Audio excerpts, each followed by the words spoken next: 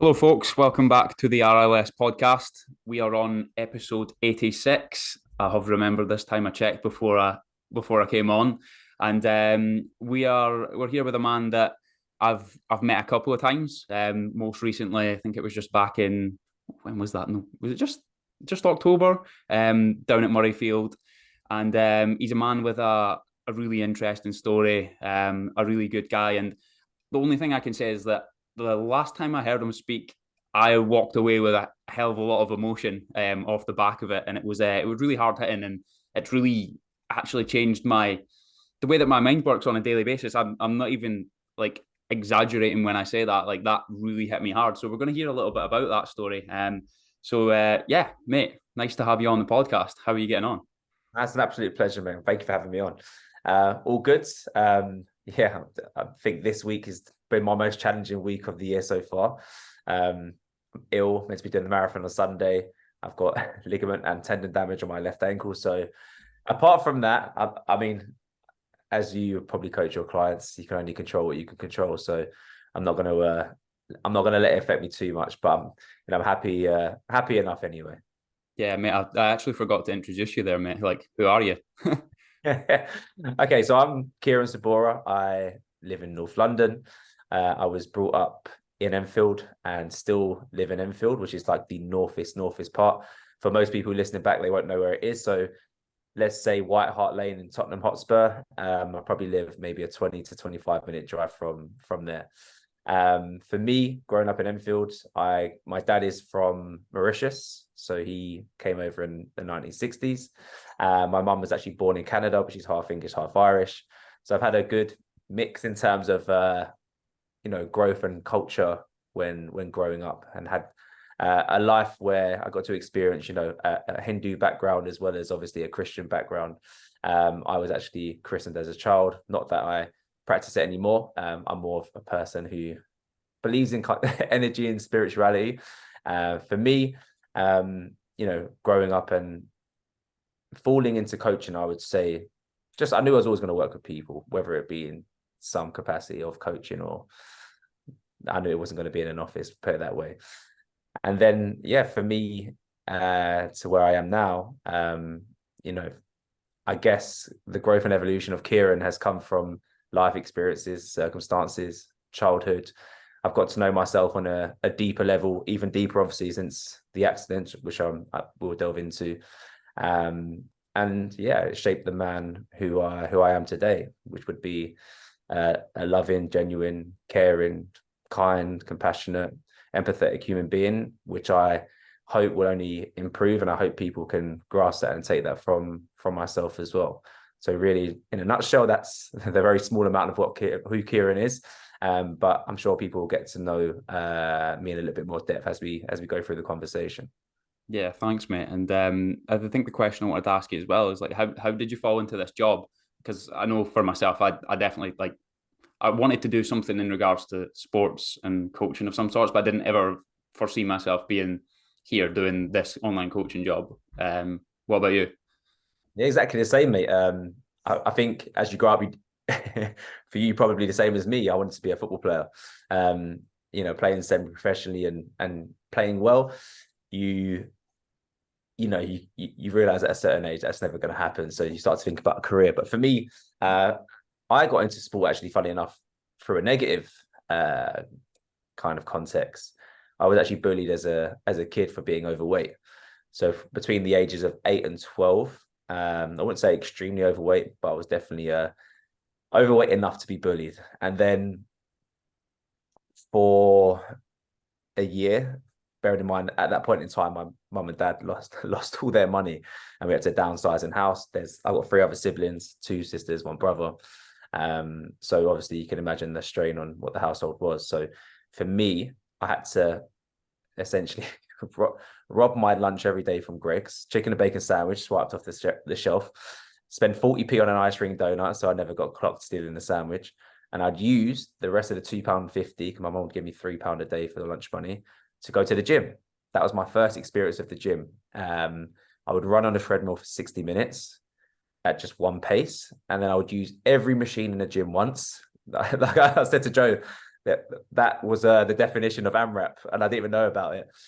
So as many reps as possible on one machine, one set, and probably 500 sit-ups to finish with. And you can imagine how quickly I must have saw some results at such a young age. So by the age of 13, after about 6 months, I was probably one of the skinniest kids in school, which I loved. But I kind of developed an eating disorder at the same time, because I would go home from the gym, throw my dinner in the bin, feel completely guilty about it, knowing my mum and dad don't have much money at all to barely feed us, and eat one Maryland cookie. And then that was it. I guess that was the start of realizing what hard work and exercise and sport could do for you. And I was always a sporty kid. But obviously, you know, I think for me, it was like the insecurities at that age stopped me from really excelling. And it was only when I really actually felt physically good did I start to grow a lot of confidence in sport as well. Yeah, mate, I've seen a lot of parallels between like yourself and like the journey that I went on as well. And you know what, mate, it's almost the same for every kind of male coach or personal trainer that you speak to. There's always something very similar that happens when they're younger. I remember our local gym used to just go out and just my main goal in life was to max out the tricep pull down. Just the only thing I cared about. I seen one guy do it one time and I was like, I need to do that. It took me about 3 years. I eventually did like one rep and I was like, that's, I've completed the gym. But it's funny how that insecurity and that like just the obsessiveness with improving your body so that you could fit in was the thing that just motivated you, unhealthy or healthy. I was certainly in that same boat.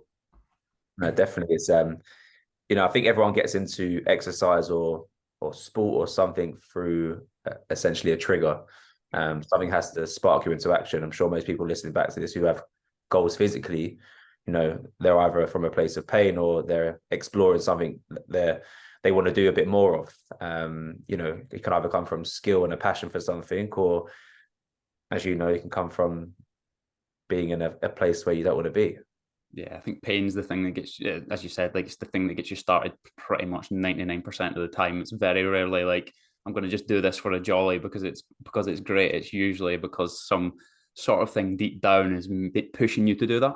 Definitely. And you know, you find as well, like most people who actually probably in shape physically when they were younger, or like physically active, are the ones that tend to struggle later on in life, because, you know, not having to work at a young age, and they get to like in their 20s and all of a sudden they start to see a shift in change in their physical side, and you can't get away with it for that amount of time and continue on when in your mid-20s eating the way you was and doing the things you was when you was a teenager. Yeah, mate, 100%. So in terms of what you do, like I think most people have gathered, like it's pretty much the same thing as me in regards to like coaching, personal training. But what's your focus right now with the people that you work with in your program? So I try and get my program around accomplishments and achievements.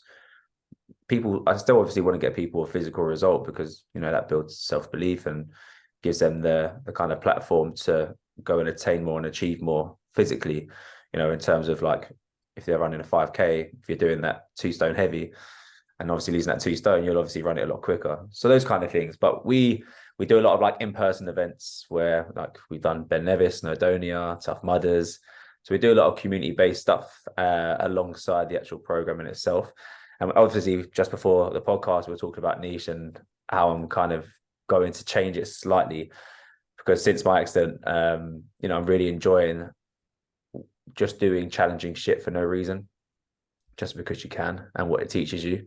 And I think that's the kind of notion I want to go with regards to where I kind of want to niche down and not essentially going for go-getters, but it's more people who are like, maybe I can do that. Like, maybe I can achieve a bit more. And they just lack that belief or don't have that kind of roadmap in front of them and just need a bit of guidance. So there's a lot of things I want to do moving forward. But yeah, as most PTs, you get in general population first, losing body fat, start to realize, no, I can coach a bit better than this. I can do a bit more. I can give people, you know, a better platform to kind of propel themselves from and guide them in a better way. And as we learn as coaches, you know, our programs and coaching evolves with it. So yeah, I think for me at the moment, that's where I'm at. I think it's one of the most satisfying things as a coach is actually bringing someone in on that kind of pretense, like, oh, I just want to lose a couple of pounds here. And you've maybe, I could speak for like loads of my clients, and they've maybe been with me a year or two, and then they've got to this stage of, I just wanted to lose a few pounds, to, holy fuck, like I'm doing things I never thought were imaginable, like 2 years, 1 year down the line. That's one of the most satisfying things I got out of being a coach anyway. I think that's where people have that misconception of what coaching is, because like, they will think you do the same thing, when really and truly we all have our skill set as coaches. And like you said, when people come in, they come in for the initial surface level goal, and then they take away a lot more.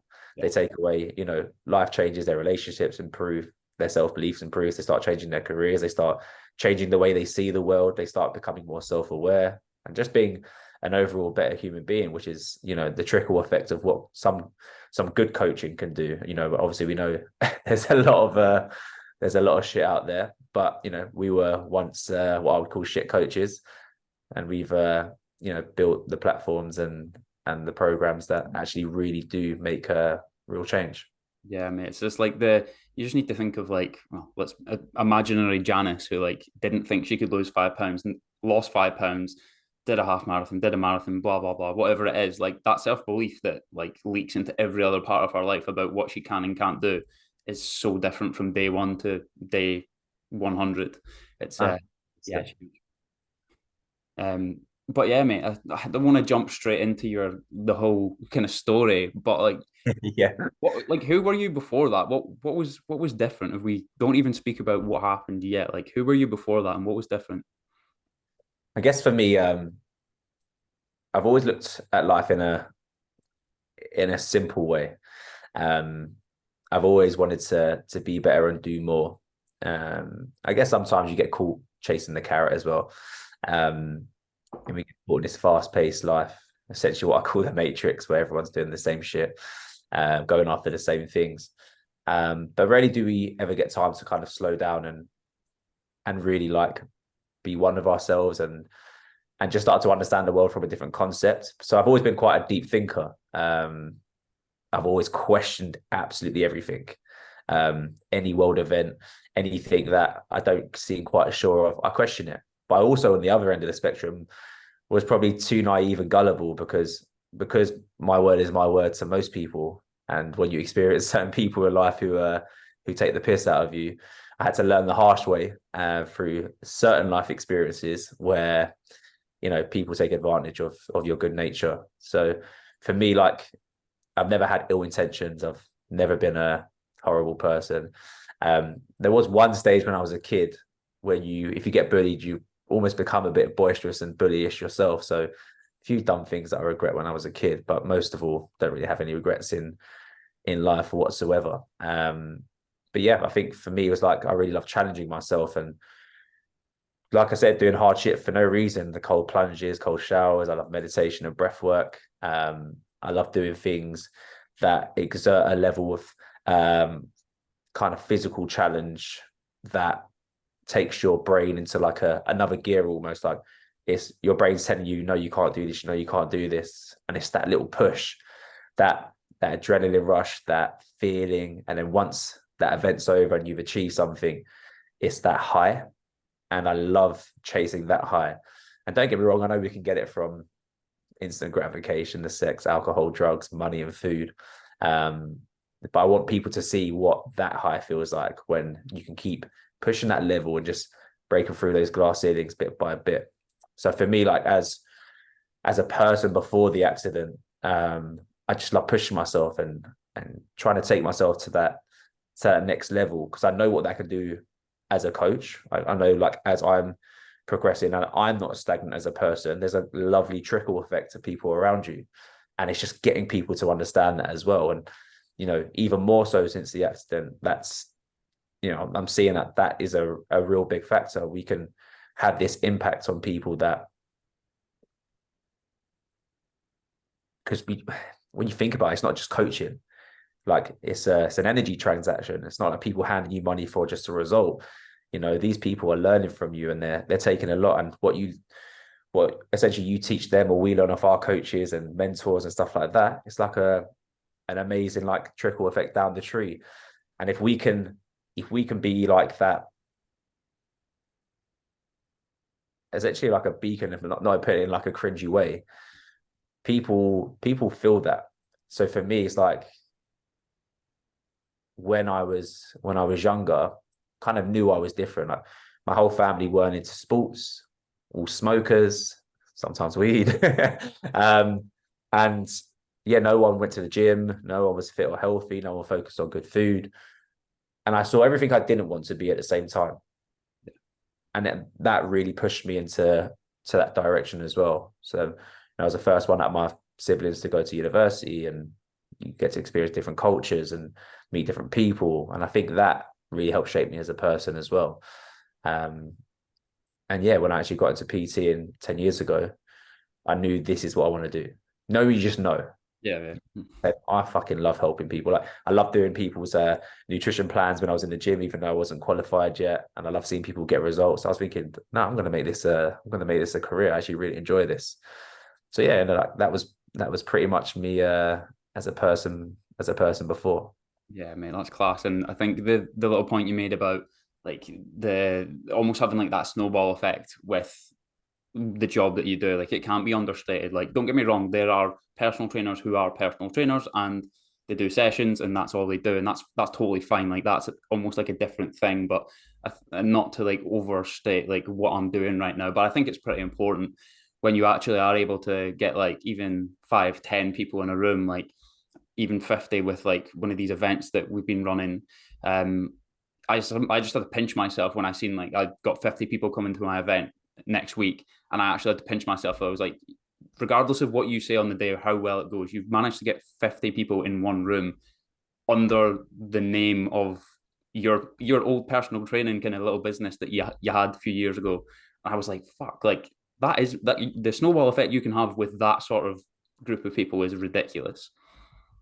No, definitely, mate. I think even for you, it's like sometimes when you are coaching, you're looking at the impact you're having, and you've got a room full of 50 people that you've brought together through your influence, your kind of positive stance on life. And people, because people buy into people, don't they buy into you as a person. And obviously, when you've got a great community and people see the benefit of having that sense of belonging, but also it's not just a sense of belonging, oh, let's go on a night out, go on a piss up.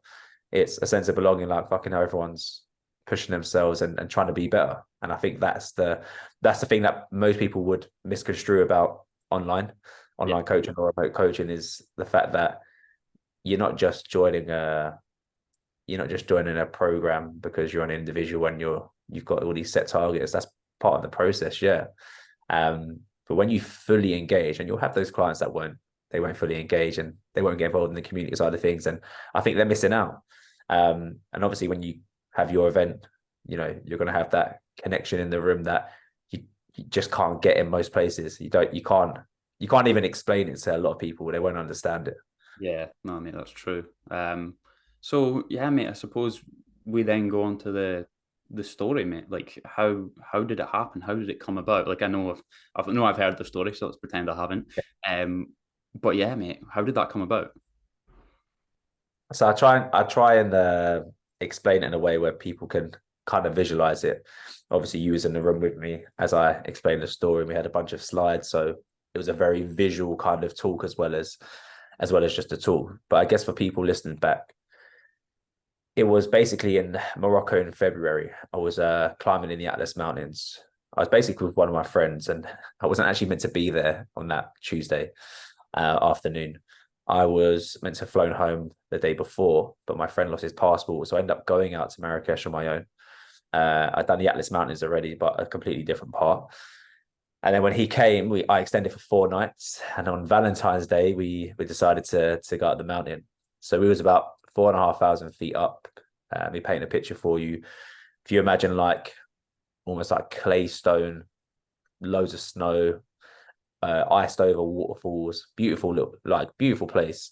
There's like grey skies, a little bit of snow, a little bit of rain here and there.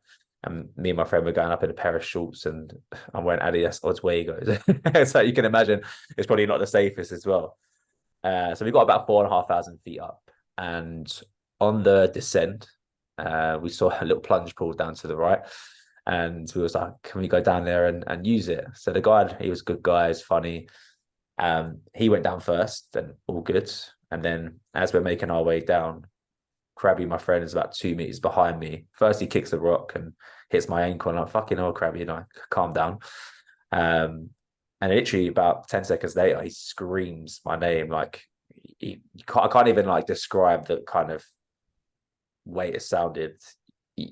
Like, obviously, he just screams danger. So I turned around. As I've turned, and luckily I did at the time where the boulder hit me on my head, this 150, 200 kilo boulder comes out the side of the mountain, smacks me on my head. In Krabby's words, the blood splatter all over the snow. He like literally thought I was dead from the first impact. So after it hit me on the head, I tumbled down probably about 20 feet, as Krabby describes it, like two doorway kind of height, like two doors on top of each other. As I got to the bottom, where the path was, the boulders actually rolled down the path and rolled towards me. So I've had to sit up and almost bear hug it to stop it crushing me completely. Obviously, I was losing consciousness at the time as I saw it coming towards me. And obviously, adrenaline kicks in, and all of a sudden, like, you're wide awake again. And, despite obviously the collision on my head and blood pouring down my face, I've got this massive boulder just on my lap.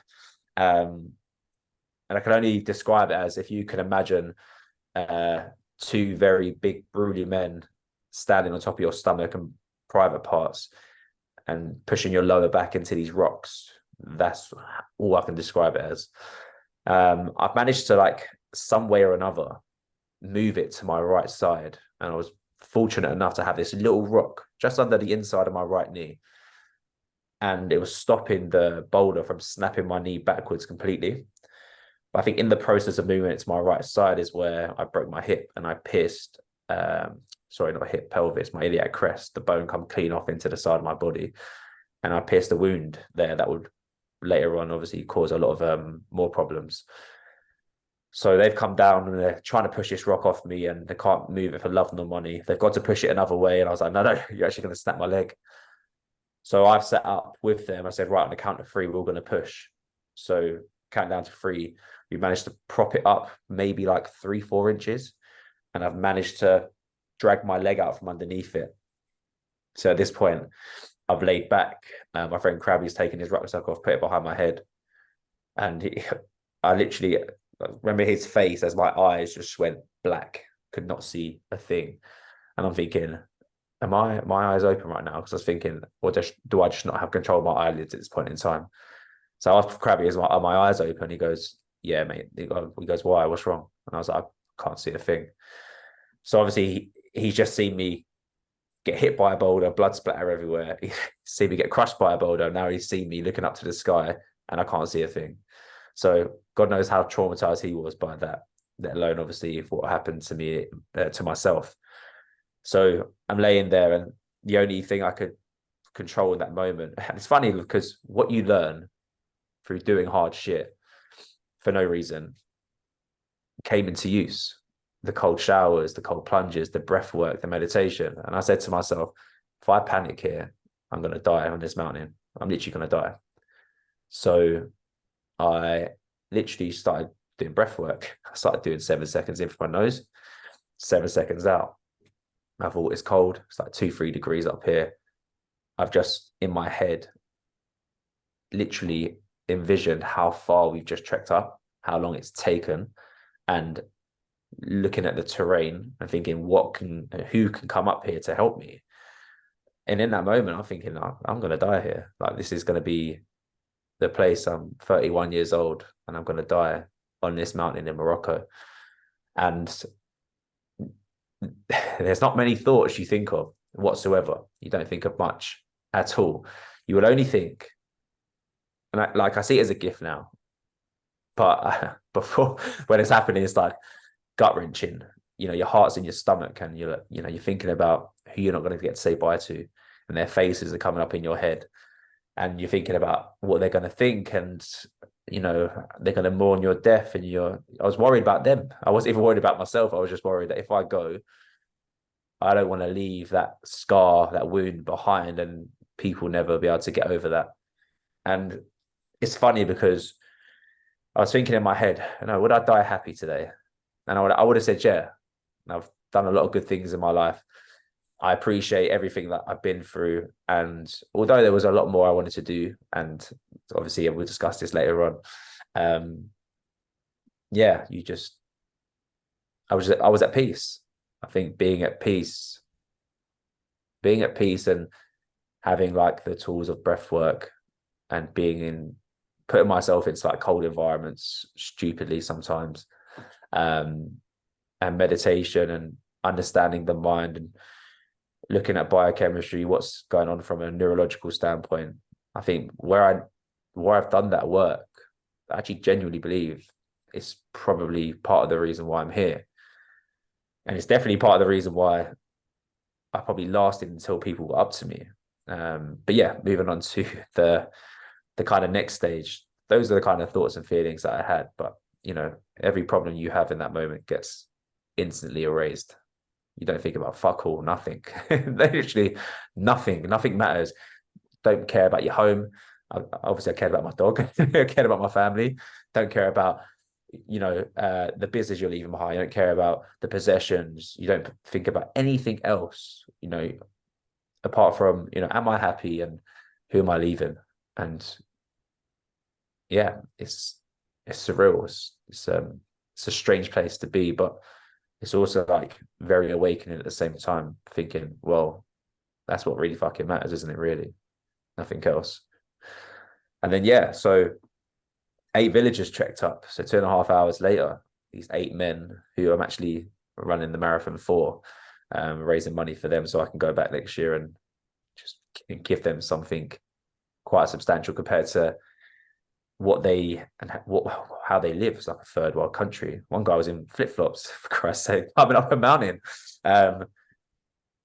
So yeah, 8 villagers trekked up, obviously not a word of English, and I'm conscious. When I saw them, it's actually funny, like when I'd stopped the breath work, my body just started convulsing completely, and I had no control over it. Shakes beyond belief, like makes me like, think about it. It's just horrible. But they managed to wrap me in 2 rugs, tie me in rope, put me on this makeshift stretcher, and you would not believe the pace at what they were going down. But the pain was indescribable. If you imagine, I thought I'd broke my back. I thought I'd paralyzed my leg because I couldn't feel it. But luckily for me, I was like, I can wiggle my toes. That's a good sign. Just about. And obviously, I'm not sure what's going on in my head. I was thinking, am I going to have brain damage? Am I going to have internal bleeding in my brain? The collision was, I can't even describe it. But they got me down. My friend, he said he was laughing because he goes, I could barely keep up with them. If you imagine they're holding a body and then he's sort of coming down behind them and they're going that fast. So they rotated 4 and 4. Every time they rotated, they're grabbing parts of my body. I'm just like in agony. Like sometimes as it changed, I'd had to scream because it was just so painful. But they got me down to where the ambulance was after 2 hours. I opened up the rug, I looked down and my cream shorts are just completely red, like where I'm losing so much blood from my hip, which I didn't even realize at the time. But they thought I've like popped a testicle, but it was obviously a split in my testicles where I had to have stitches later on. Police are taking pictures very quickly just to obviously log everything. Throw me in the back of this ambulance, no word of a lie. It's literally like an estate car. There's no equipment. My foot barely fit in to the ambulance, so you're screwed if you're over 6 foot because I'm about 5'10". And yeah, the ambulance was where it got really scary. So we've gone to this village hospital, and I could feel myself just losing a lot of blood in my hip. Where the rugs around me now, and obviously my body's heated up. The blood loss is quite a bit more rapid than it was on the mountain where it was only 2-3 degrees. So the guy who they taken me into just literally took one look at me and he held his hands like this and was just like, what do I do? And he bloody put oxygen on me. I was thinking, I don't need this shit. I need some bacon. I need some morphine. So he's managed to put something around my head, patched up my hip a little bit, and then sent me on my way to go to Marrakesh, back to a private hospital where they've got all the CT scan and MRI and stuff. But on the way there, if the only way I can describe it, if you imagine someone was just holding a bottle of water over your hip and every now and again just pouring a load down your hip, and it literally could feel it going down my groin. And I didn't realize how bad the blood loss was until I asked my friend Krabby. I was like, listen, I can probably hear it dripping on the floor of the ambulance. Like, can you just tell me how much blood I'm losing? I said, because I'm starting to feel my stomach empty. So he goes to turn around. He's wearing a cream jacket, bearing in mind. And he's just got this massive blood patch all over his arm. So I bled through 2 rugs, probably, half an inch to an inch thick each. And yeah, I just knew it weren't good. So in that very moment there, I'm thinking, right, I'm probably about half an hour out from Marrakesh. And I'm thinking I'm not going to make it. So in my head, I'm revising the words I want Krabby to say at my funeral because he's the last person who's seen me. And I'll give you like a small part of it. I was literally going to tell him, no matter what, just make sure that you say Kieran was happy. Just say I was happy. Because, whatever life's thrown at me, I still always look at it as a blessed life. I don't look up at things that I should have or want or need to attain or, be ambitious for. I always look down as well. I always appreciate where I am.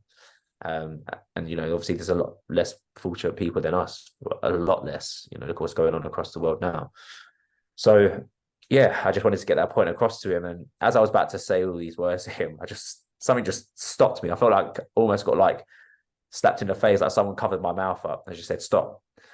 And I think if I said it and been given up, it's like my body would have known that that's it. At that point, that's the point where you just, after 7 hours of pain and blood loss and, God knows what trauma at the time, I was just thinking, I'm just not going to make this. And I just stopped myself in that moment. I said, come on, half an hour, just half an hour more. You can hold it in half an hour. And even Krabby was like trying to say, should I tell your parents, blah, blah, blah. I said, no.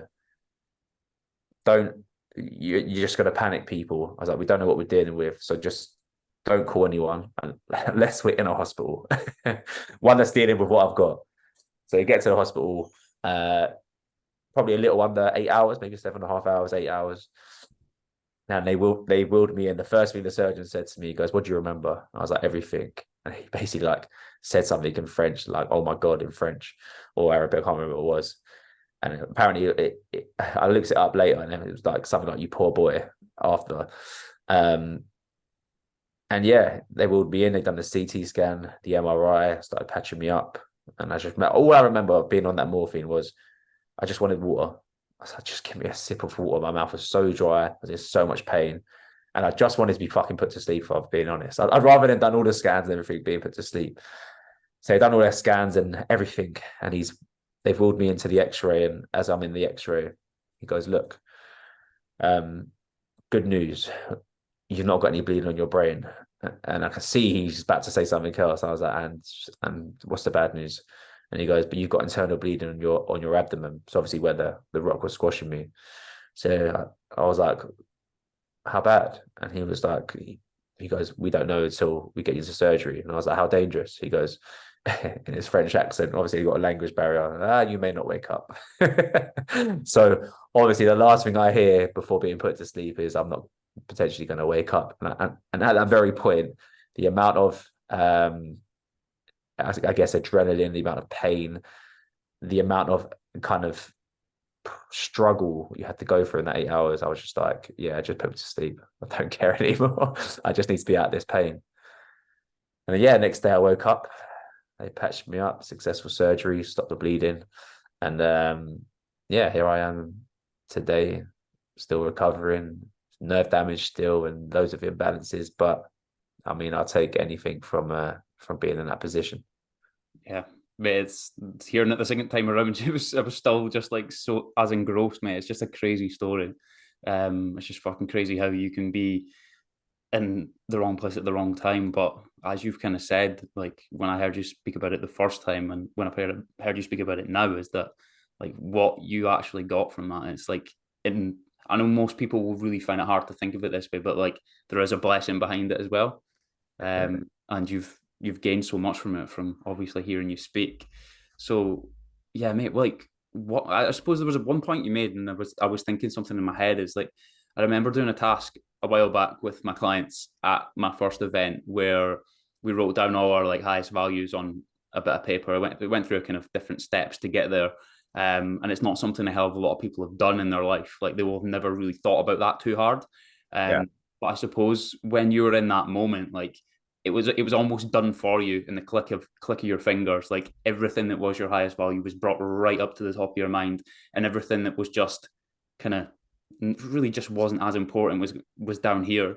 And I don't want anyone to have to go through what you went through to find that out. But I think it is really important that people do figure that out. What is actually important? So yeah, mate, what did you figure out through that whole experience? Like, what did you figure out that was important? I want to put it in a way where people get it, because how I think and what I felt, is hard to articulate in words. So we have, it's almost like someone's put muck over your eyes. Yeah, because even when you sit down and write down your highest values, you're thinking in the same thought processes of normal day life. So essentially, the life we live is, we're also forced to live this life. I'm pretty sure if the world didn't function in a very specific way, with governments having to attain money to live a certain way, everyone would be very, very different. Even if you look at the 5 blue zones in the world, I don't know if anyone's read the book Ikigai. Obviously, it's a Netflix series on it as well now. A place at Okinawa, it's like people who live, past 100, these centurions that have this sense of community and love and connection and always helping with their families, having amazing communities. You never really realize it, like, until something like this happens to you. And the meaning of life is not to have more, it's to be more, because we get caught in this process of being human doings. Do this, do that, do this task, get this done by this time, be here at this time. For parents, watch their kids, cook the dinners, and you get stuck in these routines and these habits and these mundane things that you believe you have to do. And sometimes I have to really talk to myself these days. I'm not this perfect person because of what's happened to me. Still have to remind myself that I get to do these things. They're things that are blessings. They're things that I can do because I have the ability to. And people rarely ever stop and just allow themselves to be. And that's who we are. We're human beings. We're not human doings. And we get caught in life. And this is where I believe that people really struggle mentally. I think the mental disorders and mental health or the breakdown of mental health is due to people not really realizing what their values are. There's this loss of identity. There's this loss of who they really are. I'm pretty sure if most people sat down and said, right, who am I? Or someone said to you, who are you? What would you say? And most people can sit there and be like, I don't actually know.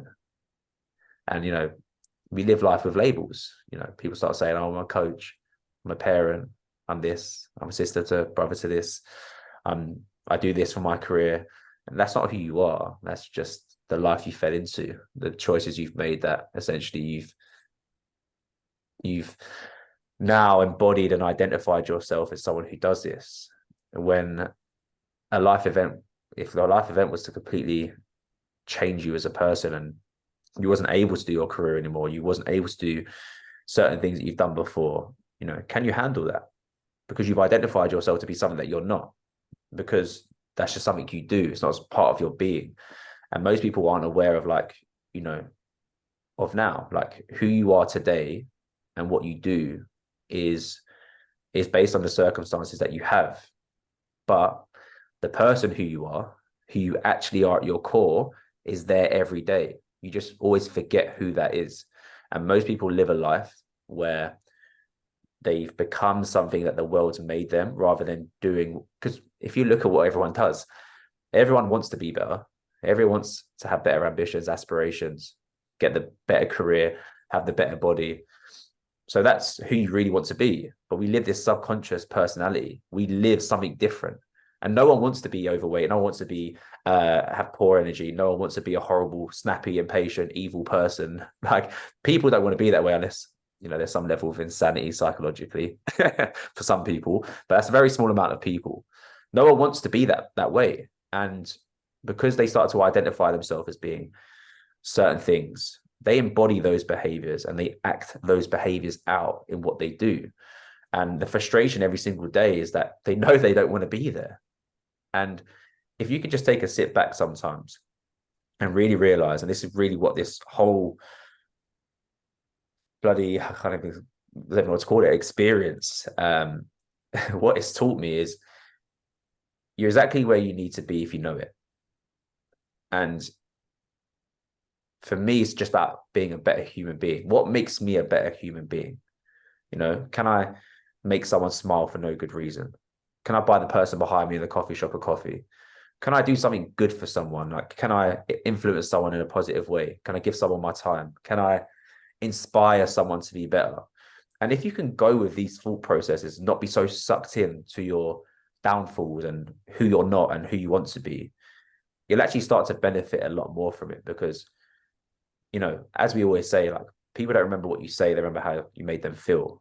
And if you can feel good by making someone else feel good and vice versa, you probably act on a lot more things knowing that you're not in a state of like this negative kind of emotions. And what I've realized the most is like how to detach from thought, because we get sucked into thinking. And, you know, when people say, I'm an overthinker, we don't ever hear anyone say, I'm overthinking positive thoughts. You're not you're not an overthinker because you're thinking negative thoughts. You're just someone who's addicted to negative thoughts. You create this chaos in your body and you get almost addicted to it.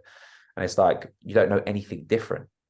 And what I've realized is like those thoughts and these feelings and everything I've had happen to me since then, I just sit there and see if I can observe my thoughts. Okay, where are they coming from? You know, what's the truth? And what can I really do about it? And if it's nothing, can I move on? If I can do something about it, what is it? What would be that next step?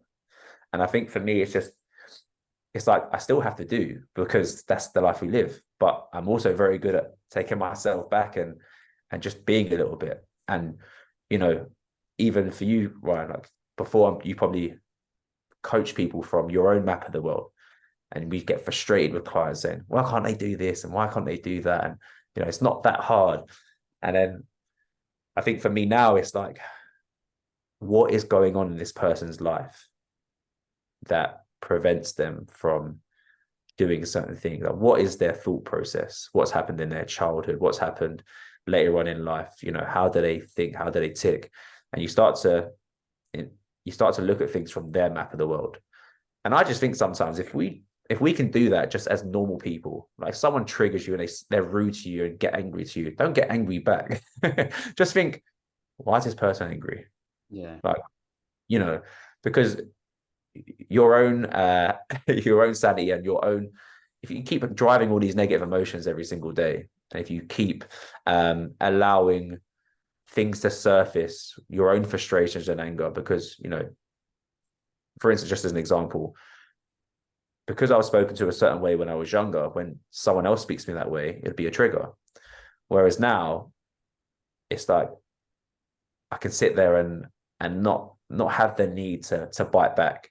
And it's just a reaction from a feeling that comes within. And when I actually realized that, well, that's not me as a person, I don't want to do those things. Allowing myself to be more lately has also allowed me to live more calmly, less stressed. And even like this week, okay, I'm meant to be running a marathon Sunday. I've now got ligament damage and tendon damage on my left side. I've woken up with a cold. I've had an infestation of bed bugs. And what can I do? You know, the cold's not going to go overnight. My ankle and tendons and ligaments, they may heal by Sunday, they might not. What can I do? You know, should I sit there and get frustrated about it, let it ruin my day?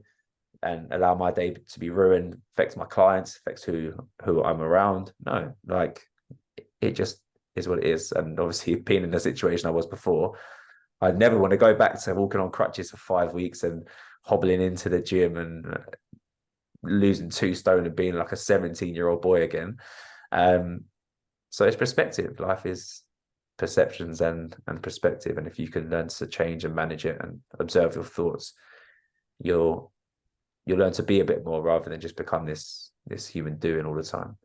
Yeah, mate, that's amazing the way that you've put that there. And I remember obviously messaging you after the event about how that made me feel, because I think the year that I've just been through, like, it's not been the worst year in the world by any stretch. It's actually been an amazing year, but the year started off pretty rough with like my fiance having a couple of health problems, needing an operation, and there was a point at that where we thought, shit, this could go like horrendously bad, and only at that point did that, because the last 3 years of my life have been full steam ahead with everything that I'm doing here with this business, and I've found myself like being only like the 9 to 5 athlete, Ryan starting personal trainer, and that was just like me full steam ahead. And I think this year has then allowed me to really pull back on that, and like I'm still working hard, there's no doubt about that, but it's allowed me to, you know what, this whole year I've actually been what you would probably class on paper as the most boring bastard ever, but it's been because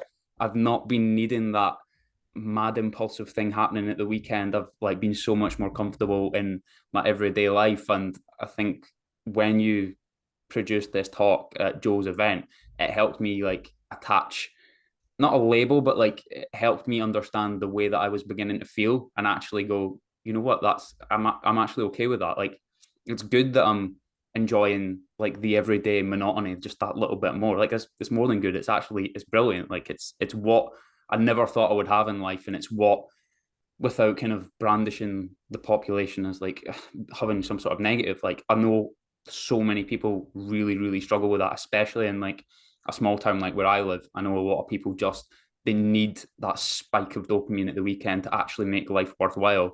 And I think that people shouldn't have to, and I said this already, go through what you've went through, or maybe what I've went through this year, to actually step back and understand that there's so much more going on in your life that's important to you.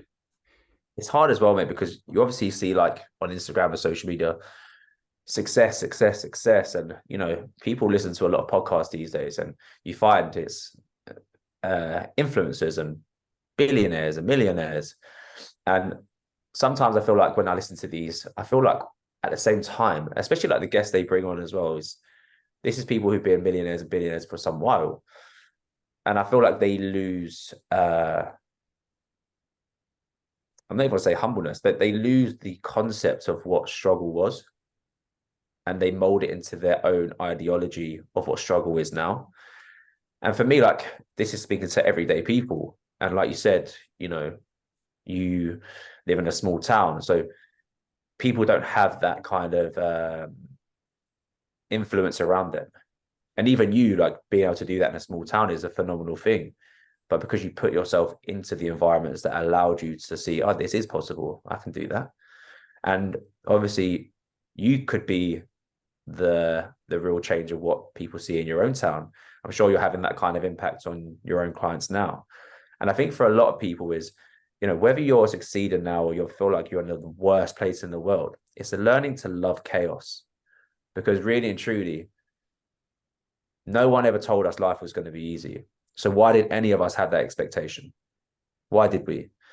Life isn't a game of more. It's a game of expectations. It's a learning to manage your expectations to a given circumstance. If the circumstance always matches the expectation, or the event always matches the expectation, then you'll never be disappointed. We're only ever disappointed in life. We only feel negative when we believe that we should have something more than we do, or we should be doing something more, or we should have more.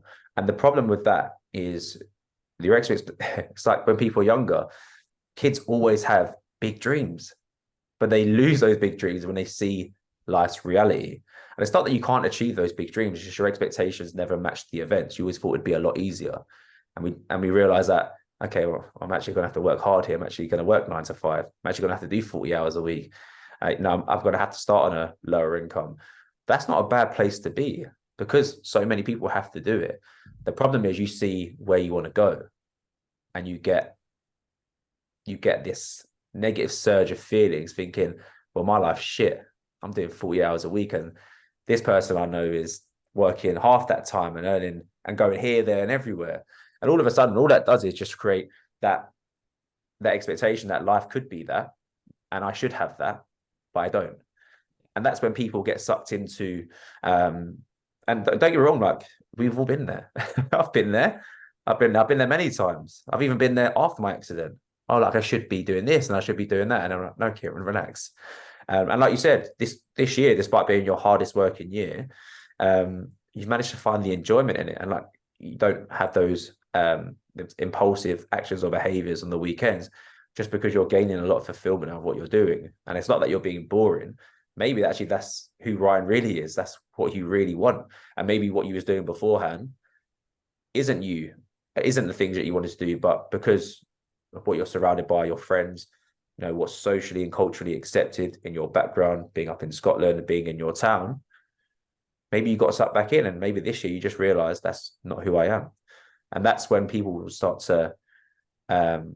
I think, as we know, you know, environments are probably the biggest thing for creating long lasting change. If you don't have a good support network around you, people aren't on that journey with you. They'll obviously they'll make comments and they'll say things. And I've had it before. I'm sure you've had it before. And they say like things like, you changed. Well, yeah, like we have changed. Of course we have. I wouldn't be able to do what I'm doing now if I didn't. It doesn't mean I'm a different person altogether. But people will comment, and maybe people who listen back to this, you know, you have certain people in your life saying, why don't you want to have a drink on the weekend? Or why don't you want to eat this? And why can't you just have one more? And really, it's, you know, it's projection of their own insecurities onto you, seeing that you're essentially being more disciplined and just seeing a change in you. Yeah. So I think, you know, I think when we're looking at attaining more or achieving more, is it disappointment through not doing something, or is it you just didn't manage your expectations in the first place? Yeah, no, that's class, mate. I think someone said to me a couple of weeks ago, in like a sort of jokey way, it was like, "Oh, mate, you've changed," and I was like, "Thanks, I'm glad you've noticed." I was like, I'm glad you've made that observation. I would be worried if I hadn't over the past few years. So yeah, mate. I suppose to finish on, like what's next for you, like in your recovery, and what's next? I know you've obviously got the marathon this weekend if all goes well, but beyond that. So for me, this year was about me. I think if I didn't spend more time on myself, it probably more. I don't see it as a selfish thing. I call it being selfishly selfless. If I put my needs ahead of everyone else, everyone gets the best version of me. And I even put like the program on hold and taken new clients, like 6 months, didn't take on any new clients. And even now, like I'm still not itching to take on a lot more people, just because I am still in recovery. I'm still healing.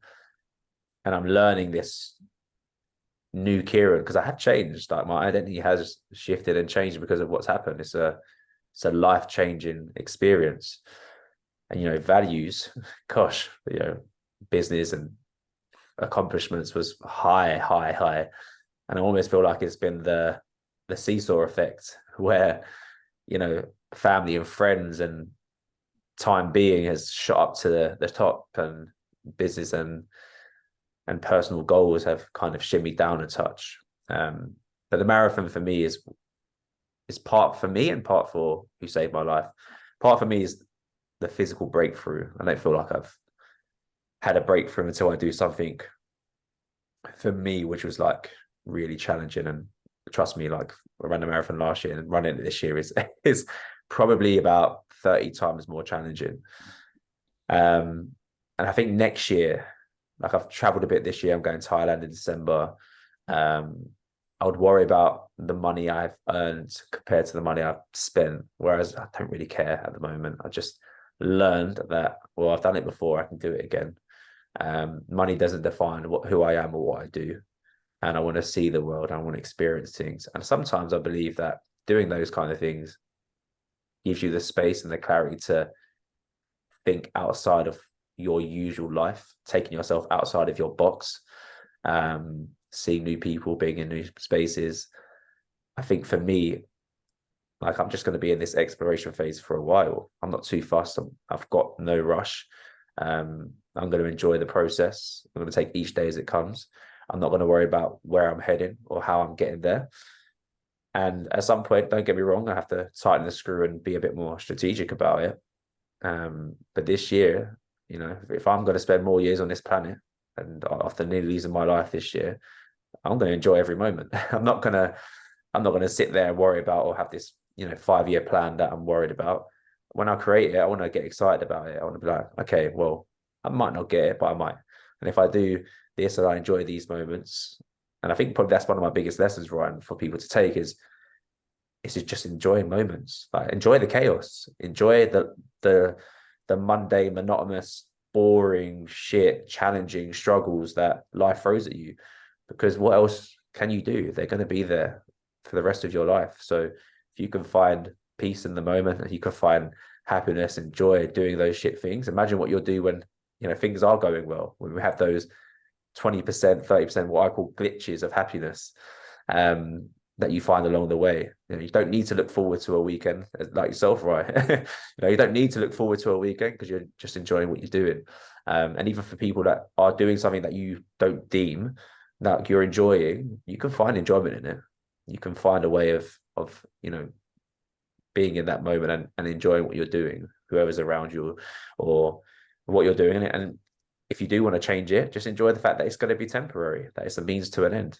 So yeah, I think the biggest thing I'd want anyone taken from this podcast is, you know, can you be in the moment more? And when you're conscious, you can't actually have problems when you're conscious. If you bring your mind to the moment, you can't actually have a problem.